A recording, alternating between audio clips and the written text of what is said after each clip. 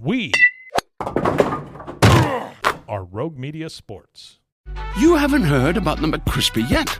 Well, then, you probably haven't heard the sweet silence after the first crispy bite either. Go try it for yourself to hear the best nut sound you've ever heard. Hey, it's Mark Goodman. And I'm Alan Light. On today's podcast, Record Store Day founder Carrie Colleton is joining us to discuss the April 20th RSD special releases. Plus, we'll talk live with our audience, the Sound Up Pod Squad, and find out who still listens to vinyl. And some updates from the Beatles universe. Oh, good. Sound Up with Mark Goodman and Alan Light, the only music podcast that matters. Get it on Pandora, Spotify, Apple Podcasts, or wherever you get your podcasts. And it is the Doomsday Podcast in the aftermath of the Cowboys' 23-0 loss in Indianapolis. Did you say nothing? Yes. They had no points? 0? 0 points. And, Ed, you have to go back. I think I was there at this game. I don't know where you were that week. But last time this happened, 2003, Quincy Carter was quarterback of the Cowboys, 12-0 against New England. I remember being there, and I actually remember thinking, you know what, decent performance by the defense. Thought the defense played fairly well. So that was Quincy Carter, Troy Hambrick, and Antonio Bryant, and now it happens to Dak Prescott, Ezekiel Elliott, and Amari Cooper. Yes. Yeah, it and happened. It comes a week after a historic offensive performance in which, for the first time in the history of the franchise, they have a 400-yard passer, a 200-yard receiver, and a 100-yard rusher in the same game. The next week, 0. Yeah, it's pretty amazing. And by the way, and we'll get into this. I don't know if you're watching Twitter. I'm listening to some of this. I on Twitter. Folks, I'm talking about people in our industry are just like, well, it was the inevitable letdown. Apparently, it's okay after 5 wins just to go up there and just lay an egg. It's human nature that this was going to happen. Really? Didn't these guys win 11 games in a row 2 years ago? What amazing concentration levels they had 2 years ago. You just can't expect that every other year. I'm glad we're doing this. How because did those 90s teams win all those games back to back and all those Super Bowls in 3 and 4 years? Can you imagine how many times they won 5 or more games? There are some people that are wanting to homer this up. Hey, let's not. Zeke signed some shoes for kids on the way out. That's perspective. That's noteworthy. It is great, but they scored 0 points. This is a podcast, and they're going to get the same paychecks this week that they got last week. Exactly, and fall to 8-6. Ed, you're always so good. By the way, you're coming back from a game that wasn't exactly an offensive just juggernaut. Well, it sure could look like it compared to this one. 16-15 Cleveland Browns win in Denver. And Ed flew back in time to be with us today. We're proud to have him. He was not pleased that I had to leave our interview early. Yeah. I think he threw for about 192. But again, compared to some of the stuff we saw today, it was a beautiful performance by him. And Ed, the Redskins won the game. It doesn't really matter now what the Eagles do against the Rams. We'll at least watch this evening. But Redskins, their Super Bowl MVP back at quarterback. That's true. Redskins did. That's right. Foles is back. That's good, Ed. The Redskins behind Josh Johnson were able to go and take care of business in Jacksonville. Everybody's been complaining in football about how long Colin Kaepernick has been banned from the game, and look at poor Josh Johnson. I mean, look how long he's had to wait for an opportunity to start in this league. I don't even know why you're going there, and I'm not going to touch that. But Josh Johnson was out for a good while, and he's come back, and now they're 7-7, just a game behind these Dallas Cowboys. We got a lot to get to in this one, and we're going to talk stretch, get the grades, and that's a stretch segment. Frito, please play the music.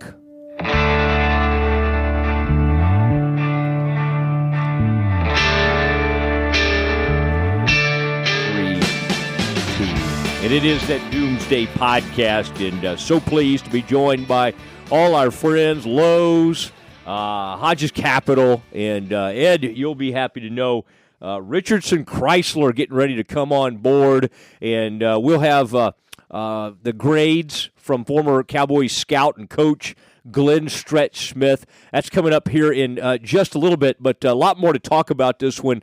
Ed, and again, Ed has flown back to be with us. We're so proud to have him. But the Cowboys go on the road after a 5-game winning streak. And Ed, this is a guy you knew pretty well. The defensive coordinator for the Colts is Matt Eberflus. He was sort of the de facto. He called the defense last year, even though he was technically the linebackers coach. This year, the Cowboys have Chris Richard calling the plays, even though he's the secondary coach. Today, the Cowboys go out there, Ed, and get shut out, and it all turned badly pretty early on. First drive, Cowboys get a kick blocked.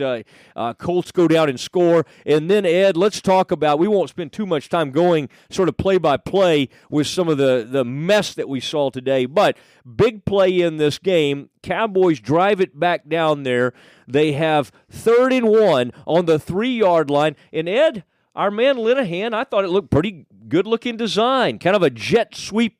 Fake jet sweep one way to Zeke. Influence the defense to go so to the their defense left. is looking, where's Zeke going to go? And then they throw back to the left, and our man Alawale all alone, kind of his Jackie Smith moment out there. And I don't know. Ed, he barely touched the ball. He barely touched the ball. It wasn't Forget catching it. He barely even touched it. It was okay. If Dak had had a little more time, maybe he would have thrown it a little further up in the air. But still, the ball's there at about waist level. In Alawale, God love him, the man doesn't catch a lot of passes. But I thought Strahan made a good point at halftime. It was kind of like maybe the guy should have his vision checked out. He alligator armed that thing. There was nobody around him. Look, people here, the Cowboys. It's a fact. That in goal-to-goal situations, the Cowboys have the worst offense in football. They are ranked 32nd in the 32-team league when they have a goal-to-go situation, even though they have a running back who leads the league in touches, leads the league in rushing, leads the league in all-purpose yards, and they got a quarterback who's an alleged dual threat. And they are the worst team in football at offensive execution and play calling. In that area of the field, which is where it all really matters. That's where quarterback play, that and third downs is where the performance of the quarterback is most important. And yet, it's hard to hold Dak Prescott responsible for failures such as we saw here, just like it was when Cole Beasley dropped a ball a few weeks ago in the end zone on a walk-in touchdown. And you can't blame Scott Linehan as much as everybody wants to blame the play caller. He created an open play for an easy touchdown, and the players failed to execute on one end or the other. The players are largely responsible for this team's horrific ranking in that part of the football field. It is bad. It's a poor ranking, Ed. And I also, and boy, I'm a little worried, Ed. You have been on Twitter. You're a guy who doesn't care for profanity, and you sometimes will block a person for that. Can you imagine Stretch today, not only on just the overall performance, but when he gives his grades? What I thought of Stretch first thing on that blocked field goal. I mean, that is a bad special teams play early in that game when the Cowboys have a chance to take a 3-0 lead. Yeah, it was the first one that they've had blocked since 2014. When they were in London. I don't know how long it's been on the mainland since they've had one blocked, but it's been longer than that, 4 years. And it set a bad tone for the game because, like, the first half, that's the weird thing about this game to me. It was two young teams. I think the Colts have devoted the most snaps to rookie players of any team in football, and the Cowboys have the 5th youngest roster. And I thought this was just a game that was weird because usually, there's a key mistake or Dak has a horrible game or Zeke gets stuffed in the running game, and it wasn't any of those things. To me, it looked like the Cowboys just got beat up front on both sides. They got gashed in the running game in a way that we haven't seen all year. They just didn't play well. And it's alarming because I thought the Colts looked like a terrific team that could go deep in the playoffs, and the Cowboys had gotten to the point in this 5-game winning streak where they were talking about, hey, people talking about this might be a Super Bowl sleeper of a team right here. Well, this is the second week in a row that the Indianapolis Colts have ended the longest winning streak in football. Last week they beat the Texans, who had won 9 straight, and today they beat the Cowboys, who had won 5 in a row. And I do want to talk, when we get to that point, about Matt Eberflus, because he deserves a lot of credit. And I don't think it's an accident that this happened against a defensive coach with innate knowledge of the Cowboys' offensive personnel and systems, and who's been an architect of really a very good young defense that switched from a 3-4 to a 4-3. And had remarkable success against the Cowboys, who had not been shut out in 243 games. It's 15 years since they had been shut out. We had not seen Jason Garrett as a head coach. We had not seen Tony Romo as a starting quarterback the last time the Cowboys got shut out like Matt Eberflus and his defensive group shut them out in this game. Yeah, I mean, the only thing I would add to that, Ed, and I do think they did a remarkable job, and Frito, as we get into some of the meat of this, if you want to Facebook Live some of this, I would understand it, because this is very important stuff I'm about to share. There was a guard named Redmond that had to come into that game because Ciafilo had to go to the hospital with a bad eye. Now Jerry says they got a good report. Also, Ed, first time. I know. You guy could. He'll be walking around with sunglasses like you for the rest of his life. Yes. And Jerry will say, "Oh, there's nothing wrong with his vision." Some lady asked me today at church. She's like, "Do you have a problem with your eyes?" Okay, Zach Martin was out for the first time. Apparently, he never missed a game in high school, college, or in the NFL, and he sat out this one. And I don't think it's fair to blame the whole 23-0 loss on not having Zach Martin. It certainly does show. It illustrates how important he is. Although they functioned. You talked about how weird the game was. I mean, look at the time of possession. You remember when Parcells, it was just like time of possession in that era? It seemed so huge. Did the Cowboys have the ball like 19 minutes or something insane? I mean, they absolutely dominated time of possession in the first half. 19 minutes and 18 seconds and failed to score. It's the most time of possession without scoring in any half since week 1 of last year, when the Packers had the ball for 20 minutes and 14 seconds against Seattle. And Green Bay wound up coming back and winning that game, unlike the Cowboys, who never mounted a serious threat. Now, I think that is a fair point to note that they don't have their offensive line. They built the franchise around all those first-round picks on the offensive line, and the only one they had was Tyron Smith, who had his 4th holding penalty in 2 games. Yeah, he seems compromised right now. I think they had 4 holding penalties among the offensive line today, which wiped out some plays, including a big 4th down play. Garrett went for it on 4th down 5 times today. One for 5. Though, as you just said, we used to talk about it's just not in his DNA to go for it. He was going for it like crazy today, and trying to show, hey, I believe in this team. And it really wasn't working out. The one play you were talking about, and they ended up having to punt, I believe. I think Looney got a hold, and they found Beasley. Thought Beasley showed some guts, having to leave and limping off, and you thought he wouldn't be back. He got back in the game and made a play there. They just never could get any sort of a foothold in that ball game, and it's just. It's a bad thing. Now, Ed, I did want to say this to you. What did you make of, and I'm going to share something because, as we always try to do, we try to get in touch with members of the coaching staff and folks behind the scenes to let you know. Amari Cooper, Ed, as you watch that game and you know the enormous impact, in fact, since he joined the Cowboys, he's been the best receiver in the NFL as far as the yardage and in the 6 TDs. What did you make of that? Was that an area where you thought Eberflus did a nice job? Did you notice anything different the Cowboys did to slow Cooper down? Yeah, I thought, and I talked to Matt Eberflus, and just to give people a little bit of background on him, he was before or after the game? After the game. Oh, okay. I talked to him today after he got home from the stadium. He was very careful not to be seen in any of the video that the Colts posted of various members of the organization dancing in the aftermath of this victory, which was probably a wise political move by Matt Eberflus, who I suspect will get head coaching interviews after this season. He went to Indianapolis to be Josh McDaniels' defensive coordinator.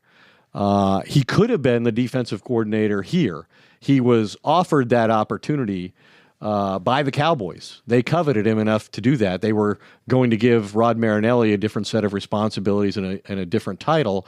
But Matt Eberflus, being the kind of high-character guy he is, did not want to do anything like that to his mentor.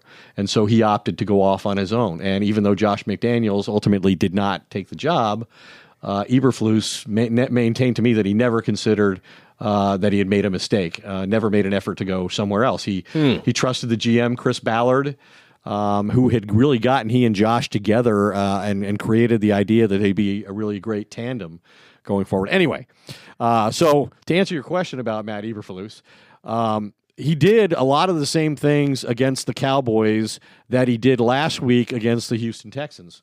And that was they did double Amari Cooper at times, but for the most part, they emphasized to their defense that the Cowboys were the kind of team that needed explosive plays to create any points. And so give Amari Cooper the curls, don't give him the double move, stay on top of those routes and play the run. The guy that they were really most committed to defensively was Ezekiel Elliott. Eberflus knows how much the Cowboys offense goes through the running back. And in this particular game, Zeke never really made any big plays running the football. The only big plays he made were when he got to the perimeter, and that was mostly in the passing game. So I think those were the points that Eberflus emphasized. And the other thing I think that's noteworthy is, he really made Deshaun Watson look like an average quarterback last week, and he did the same thing to Dak Prescott. He had his by far worst quarterback rating since the Cowboys acquired Amari Cooper in that trade. And the really unusual thing is only the third time in Dak's history as a Cowboys starting quarterback over 3 years that he had not a single rushing attempt.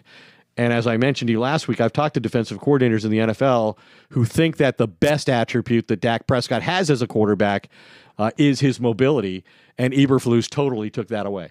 Yeah, and boy, Ed, speaking to the Colts defensive coordinator moments after this game, that's one of the big reasons you listen to the Doomsday Podcast, and just to try to provide a balance to that, as Ed was talking to Indy, I talked to a member of the Cowboys offensive staff who told me, and I basically asked what Ed was just talking about, did you see anything special they did to Amari to take him out a little bit? Did they double him? The answer I got via text, no, they did what we thought, a majority of cover 2 to limit the big plays. Knew going in it wouldn't be a big stat game unless we got up early, and they had to play cover 1 to stop the run. And it did not become a big stat game. So right. They have not allowed a 100-yard rushing game all season, and they did not in this game either. Zeke had 18 attempts for 87 yards, and like I said before, his most effective plays in the offense were on the perimeter as a receiver. All right, there it is. And Ed, at some point we did talk about the Jarwin and Schultz. They are throwing to the tight end like crazy. 11 targets today to the Cowboys tight ends. And what do you before we finish? Yeah.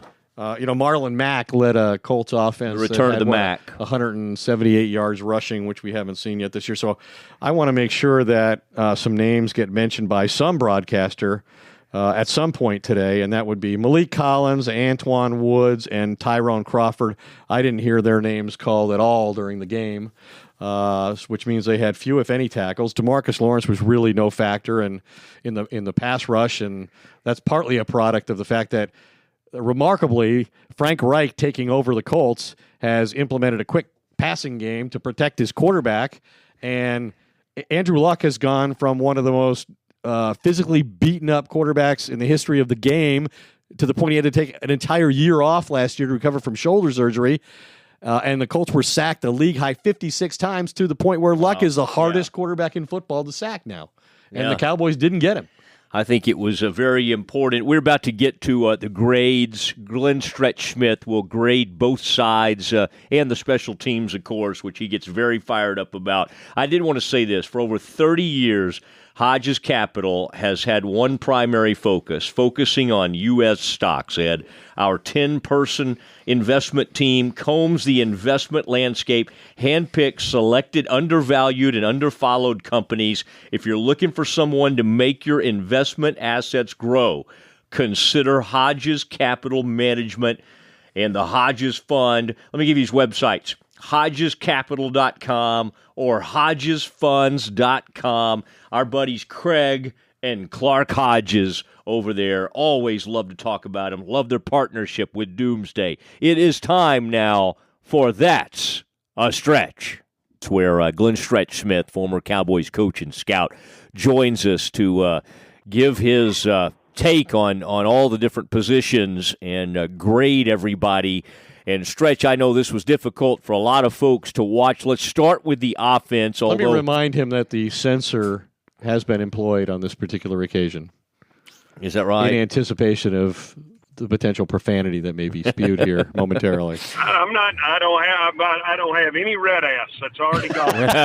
Well, I'm good to go. We're off to a good start there. All right, Stretch is getting ready for some TV this evening. Let's get right to it. The quarterback's performance. His worst quarterback rating since Week 3 against Seattle. He was 20. Yeah, go ahead. Go ahead with stats, man. I'm good. Go ahead. 24-39, 206 yards, and a pick that sealed the shutout. And the one interception. A fourth down pick that sailed over his receiver's head and assured Jason Garrett would not be kicking a field goal to avoid a shutout. All right, let's hear your take on Dak. Yeah, I continue to see a quarterback. I got really frustrated with him early in the game. They had a 7-man protection on, and it's not there, and he refuses to throw the football away. And I think it's something that is becoming a reoccurring theme with him. He has to be able, if it's not there, just throw it away. It's so frustrating to watch that, and then his stride. And Ed mentioned it. I mean, throwing the interception, he overstrides at times. That causes the ball to sail on him. I don't know what Kellen Moore, I don't know what they work on in the individual time, and I certainly don't want to, I don't go to practice, so I don't want to assume they're doing things. But when you see something over and over and over again, it causes you to say, are they working on this? Is this something that they're going through in practice? And I know both you guys know I have a great relationship with Wade Wilson, and I don't want to let the fact that they let him go enter in on what I'm saying to you guys. But when you have an immensely inexperienced guy coaching a third-year quarterback and it continues to show up over and over and over again, I think they need to make an adjustment. Something needs to be done there. It was just, to me, it was almost as if it was just a preseason game performance. I mean, that's what it looked like. It looked like very little emotion. Again, he missed 2 deep balls, throwing the ball out of bounds.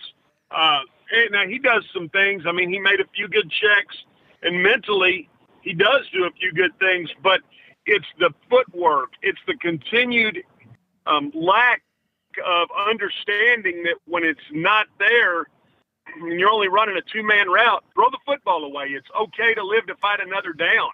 And so, that makes it really hard for me to post a grade here. I mean, it was just like a sleepwalking effort. I think in that quarterback room that Cooper Rush and Mike White and those guys are all Kellen Moore are emphasizing all the mechanical issues that Dak is encountering on a weekly basis. I'm sure of it. I'm sure a great deal of learning is taking place in that room. Well, I mean, do you really think that's what's going on? You think Jason's interrupting the room with some of his political viewpoints and what we got going on as far as what's going on with the president? Jason's not afraid to put in his 2 cents worth when it comes to the political side of things. You know what, guys? It was a lackluster effort. It was almost as if going through the motions is the way it felt. Yeah, certainly. I think your preseason analogy was a good one. All right, hit me with the wide receivers, please, and Amari Cooper, the whole bunch. Did Michael Gallup, was he even active out there? I didn't see him running around too much. I mean, he did run around, and he almost fell down in the middle of the route. I mean, literally, he wasn't tripped. I almost just fell down. I mean, and then you had. I mean, it looked like Amari. Are you sure you weren't watching I Love Lucy? And Amari is, they tried to get him the ball on the reverse early, and really couldn't get him going per se. I didn't see him really run any double moves. I didn't see anything that really was, really flashed at you. I do like Noah Brown. I think Noah Brown is a physical, receiver who can do some things for you. I liked it in the running game. I mean, they ran that pivot draw. The quarterback gets up and he 360 pivots all the way around. I've never seen that done before. It looked like a James Brown move. One of the things you used to do at those fraternity dances, Mosley. Get up on a good foot one time, spin around, and hand it to the back. But again, not much out of a receiver core. I mean, the receiver core and the receivers played kind of at the same level as the quarterback did. It looked like, instead of a thoroughbred horse race, it was like two jackasses just running stride for stride out there. I mean, that's two that we got to clean up. Excited. They didn't do anything that it was just a walk through the motions effort. Really, from the whole offense. I mean, I'll why are you not? Would you give a grade, for goodness sakes? Why are you not giving anybody grades? I'm going to give you. I'm grade. If you'll wait a minute, the tight ends just played the same way. I mean, Jarwin Tinkerbell's a ball on third down. He jumps up. For God's sakes, run through the football and catch it. Olawale drops the ball. I mean, I thought Zeke just kind of went through the motions, just like his quarterback, just like his receivers did. The offensive line, I'm giving the entire offense an N, and I'm giving them an N not for needing improvement because they took a damn nap the whole afternoon and never woke up. Well, it is nap town. It is nap town in Indianapolis. That's why he's doing it, and it's very fitting. I mean, it looked like a game. It was played at 11 o'clock, and this team's been playing in the evening and in prime time, and they were ready for some Eggos and some eggs at about 11 o'clock. They weren't ready to play football on their time frame. We better get on to defensive special teams before Stretch has a stroke. Yeah, I think it's a fair point. A nap, he gives an N to the entire offense. Now let's run over to the defensive side. And defense. Yeah, where you start with that up front group with the defensive line. Yeah, I didn't see much out of this group. I mean, where this group had been getting pressure with four guys, they didn't get pressure. I mean, they didn't tackle well, really no pressure. I didn't see guys really flying to the football like I had seen earlier. Again, guys, I think the effort, of what your linebacker and Vander Esch has kind of inserted into this group really, has kind of, it's filtered over to all positions. And today, when you watch how they played, just a very average effort up front with the offensive line. With the defensive line. And I did not see the pressure. I did not see, and because of that, I'm going to barely give them a grade at all. And I'm reaching down to feel the pulse, and it's barely beaten, but it's a damn D- because they didn't do much at all. And that's for the defensive line with Jalen Smith. Well, Sean Lee made his big comeback today. I'm sure that was obvious to all and really seemed to get everybody all inspired. Well, you have come back so sarcastic from wherever you were, Denver. I covered good football. I covered the Browns and the Broncos. Ed, you get you a couple of bad meals up there in the Rockies? That's what's got you going right now? Not at all. I'm on the Baker Mayfield bandwagon, buddy. Well, yeah. Linebackers. I don't even know that it. Other than the one look that they got of Sean Lee kind of coming off the field after one of the timeouts, where he's kind of looking to the sideline like a mule looking at a new gate. I didn't see a lot out of the linebacking group. I did not see a lot out of the secondary. I saw guys just going through the motions. They played the game, but it was like, I just didn't see any. They didn't tackle well. They didn't pressure. They didn't cover exceptionally well. Open field wise, they had made some great tackles, critical stops. They weren't getting that. And as crazy as this sounds, I'm gonna give the linebackers a D. I'm gonna give the secondary a D. And people can say, well, you hold the team under 24 points, you ought to win in the NFL. Hey, bull crap. You got to go put an effort in when your offense is struggling. And they're obviously sleepwalking through the day. You'd like to see somebody on the defensive side of the ball step up and kind of be the guy to get something going.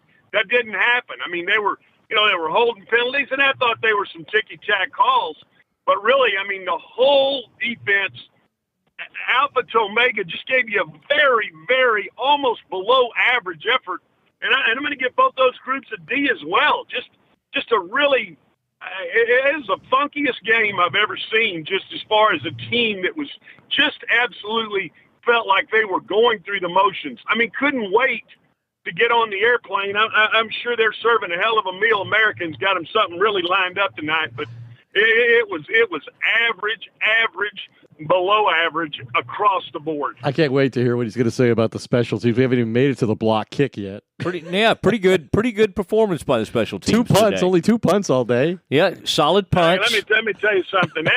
You're not going to draw me off sides here, but these special teams, man, I mean, to get the push that they got, he didn't even need to get his hand up. He blocked it with his elbow. And we've talked. I thought it hit him right where he put on his deodorant this morning. Yeah, that'd be about right. He greases it up, elbow all the way down to about mid girth. But the point is get that kind of push. You get a holding penalty on the center on a punt. I mean, this group all year long has been really they kind of stayed out of the way for a while. But now that it's becoming evident, you're getting in tighter games, you're getting in tighter situations. No, you got no return game at all. I mean, it might as well just fair catch every one of them. I mean, I don't see them doubling the gunners. I don't see them coming after a punter. I don't see them doing diddly poo. And it's starting to get to where now when something really bad happens, first thing I do is get on the horn with Mosley, and he don't know what the hell's going on. So I might as well just say to hell with it. Give him an F. That group is the drizzling shit, and that's how I'm going to end it. There he goes, folks. Glenn Stretch Smith. I've learned during this segment somewhere out when there's Parker a bad County. loss and that stretches exercise like that, we don't need to be wearing these headphones to hear them. I could hear them just fine when I was doing a couple of other things. Oh, my God. Thanks, Stretch. Do we still have that explicit rating thing on our podcast? At one point, we had Mature audiences like only. a triple X deal, but I didn't think we needed it. But Stretch ended it with a bang right there. My Try that goodness. line with Hanson tonight.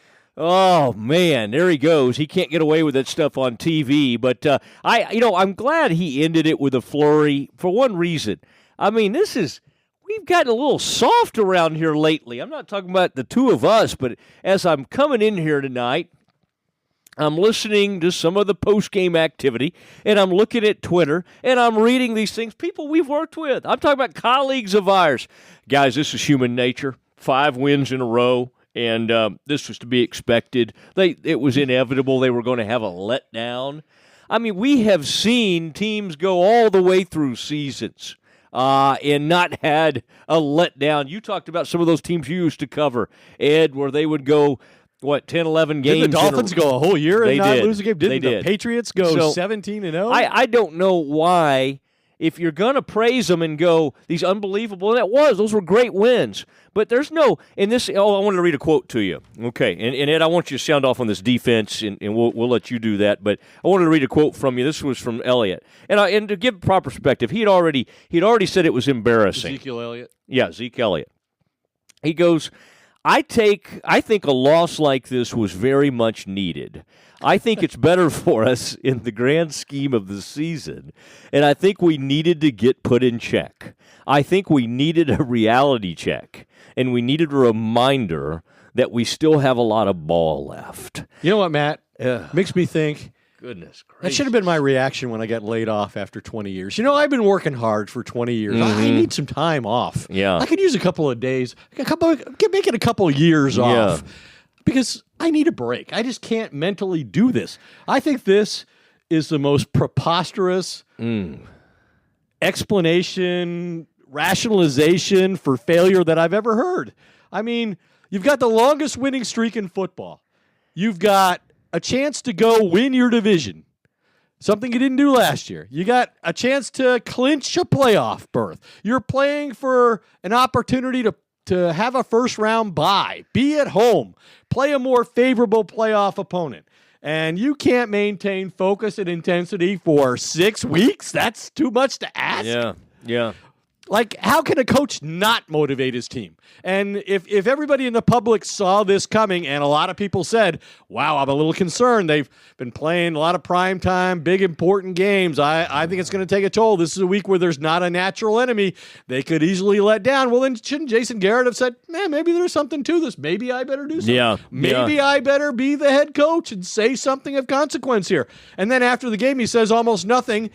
His quarterback, however, says, the way we didn't give ourselves a chance, it pisses me off. It pisses everybody off. The young quarterback is saying what the head coach should be saying. I know. And Jason just gives a lot of platitudes. Ed, I think you're onto something, though. Circadian rhythms of a body. This team is used to playing prime time in afternoon, 3 o'clock Big starts. show games. They don't want to play the little room The anymore. Fox 3:30 game. I mean, no offense. I love Burkhart and what's the guy? Charles Davis, nice guy. But they don't. This team needs Troy Aikman and Joe Buck. Well, they'll get them next week. They need Al Michaels. They got them next week, I know. Collinsworth. They're playing noon kicks. That's an insult. Noon. They were insulted, and they play late. Here's another quote. This is from Jerry. Jerry, who walked into the interview room and apparently went up to David Moore and said, I didn't want you guys to accuse me of sneaking out the side door, and said, I thought if your name is Jones, this is his quote, I thought if your name is Jones and you're the Cowboys, they handed it to you. We played like that today and lost an edge early and just never got it back. And then he said, I stepped aside and said, I can't wait to hear what our coach says. Yeah. I'm sure he was mesmerized. Yeah, they put Jason get up there with that thin little smile. So And said, here they are. We just didn't compete very well in any phase of the game today. Yeah, and listen, we just needed to give you our overall thoughts on this thing. I mean, you don't want to go play by play and into this, but it was a mess. And the defense, which has been dominant much of the season, it's still a good defense, but they got blown off the ball today. And somebody named Marlon Mack was the star of this show. And the Cowboys, and we've given them a lot of credit on defense for how good they've been. Yes, and we pointed out the games in which they've been exceptional, and there have been a lot of those. But at the same time, this is a game where, hey, if your offense isn't doing anything and you get a punt blocked or a field goal blocked and they turn it into a touchdown, the defense has to do something. And, it's like Chicago's a great defense because they create turnovers, they score on defense, and when their offense is flat like it was against the Rams last week, they take the game over. The Cowboys not able to do that on defense. As good as they are, we haven't seen them do that. No, and they desperately needed a play today, and even when they looked like they were going to get the interception, it was a holding call. And the ball bounced off the ground. Are you talking about Van Der Esch's run to the end zone? No, not that one. Somebody, was it Woods? Somebody actually made an interception, but they called a hold on the Cowboys, and just a really poor effort all the way around in this game. But again, lots of local media and lots of reactions saying, hey, this was inevitable. There was going to be a letdown. Everything is okay. Well, here's the deal. They're 8-6. Redskins have improved to 7-7. I'm not saying the Redskins are going to run the table, win these last two. Josh Johnson, who's been out for several years before he came back, he led them to a win today in Jacksonville. It's just they were the only team in the NFC East in the early games to score a touchdown. The Giants and Cowboys both got shut out on offense. Giants and Cowboys shut out. And the Giants Redskins scored one touchdown. At least I think have some experience at it. Cowboys, you have to go all the way back to 2003. Ed, you always have such remarkable notes. Any other notes you want to share? Any other thing you want to pour out? It always I love the way defensive coordinator today for the Colts. I mean, I don't even know if he met with the local media, but before he could even leave the locker room, he was on the phone with Ed, and that's why I think people continue to come back to the Doomsday Podcast. I'll give you a couple to put this loss into perspective. Put a bow on this nasty mess. One of them is that the Cowboys were held without a point, as we said, for the first time since Week 11 of 2003. That's 243 consecutive games in which they had scored. Only teams with a longer streak than that, the Saints at 269, the Ravens at 267, and the Panthers at 258. As for how physically destroyed the Cowboys were on the defensive side of the ball, Marlon Mack, a fourth-round draft choice, is the first player with 100 rushing yards and 2 touchdowns against the Cowboys since Devonta Freeman in Week 3 of 2015. Whoa, say that again. The whole thing? No, just the Devontae Freeman part. The first Marlon Mack is the first player with 100 rushing yards and 2 rushing touchdowns against the Cowboys defense, and Devontae Freeman in Week 3 of 2015. I don't know if I think Freeman's been out ever since that game. He's been out a lot, injured. But Ed, that's good stuff. I think you got to give the Colts credit. I thought they looked like I said before, a very dangerous team. They were the hungry team. They've won 7 out of their last 8 games after a 1-5 start. Andrew Luck looks like one of the great quarterbacks, top 5 quarterback in the league again. In fact, statistically, he's one of the best 2. I believe only Ben Roethlisberger has thrown more passes than he has, and only Patrick Mahomes has more touchdowns than Andrew Luck. So the Colts look like a team that they've got it, clicking on all cylinders, well put together, young, athletic, hungry, intense. And the Cowboys, for whatever reason, failed to realize that in the NFL, you better live in the moment, and you don't assume that whatever you fail to do today, you can do it next Sunday. Who's to say that failing to clinch a playoff berth today will not come back and hurt them later on? Who's to say Zeke Elliott doesn't get injured next week or Dak Prescott doesn't get hurt next week? Anything can happen. You take these opportunities. Keep stacking wins. You take these opportunities when they come. You don't assume they're going to be there next week. The reason the Saints, I'm with you, the reason the Saints were able to, it didn't end their season, it was bad, but they had stacked, 11 wins before they had that big letdown effort against the Cowboys. The Cowboys had stacked 8 wins. It was really nice. They had gone from 3-5, but listen, are there different kinds of losses? A loss is a loss, I get it, but when you go out there and you're lifeless, and you do kind of act like you're in a preseason game or something, and you act like you've already accomplished something, that's kind of embarrassing a little bit. To act like you're at 8 wins. Can you imagine? I mean, think about these other teams we've watched: the Chiefs, the Rams, the Saints. I mean, I don't think they get to like 10 or 11 wins and just go, well, we're done. Let's just wrap it up. Do you think the Rams tonight will be mad? Do you think they'll be angry, coming off They've never lost back-to-back games. That performance against Chicago? You think they'll come out with a little firepower against these Eagles tonight? What a poor, sad little effort the Cowboys put out. But fortunately, they play the Tampa Bay Bucks next week. The Bucks are always there to save Joe the day. Buck and Troy Aikman will be on the broadcast, so all should be right in their little world. That's right. They'll feel better, and they'll get the feel like they're playing a broadcasters they marquee want. game against an inferior opponent, and they can break out those caps and T-shirts that they left in the box today. That's right. Those things have been boxed up. Ed, good work. We admired your work on the Westwood One radio network as you were in Denver doing that game last night. You hustled back to be in studio. We appreciate Mark Friedman hustling back from wherever he was gambling today. Some tremendous stuff, and thanks to everybody who's been a part of this. Thank you so much for the Hodges Capital doing a great job for us. Of course, as always, Lowe's is with us, and then Richardson Chrysler getting ready to come on board, and we're so pleased about that. And then next week, guys, I have a little Christmas present for you from one of our former sponsors. Yes, last year's Christmas present. Yes, we're finally gonna get. Yes, Maybe you can add a fresh can of shaving cream or something. Yeah, no.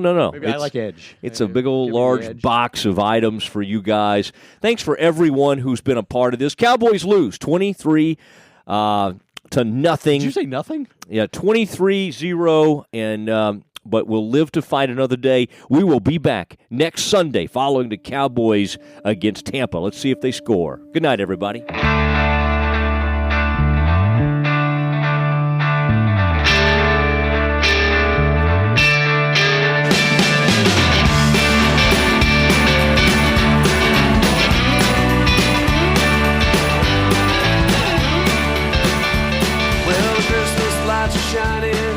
Stockings have been hung.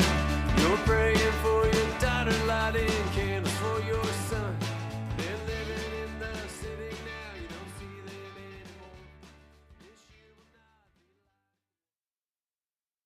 Hey, it's Mark Goodman. And I'm Alan Light. On today's podcast, Record Store Day founder Carrie Colleton is joining us to discuss the April 20th RSD special releases. Plus, we'll talk live with our audience, the Sound Up Pod Squad, and find out who still listens to vinyl. And some updates from the Beatles universe. Oh, good. Sound Up with Mark Goodman and Alan Light, the only music podcast that matters. Get it on Pandora, Spotify, Apple Podcasts, or wherever you get your podcasts.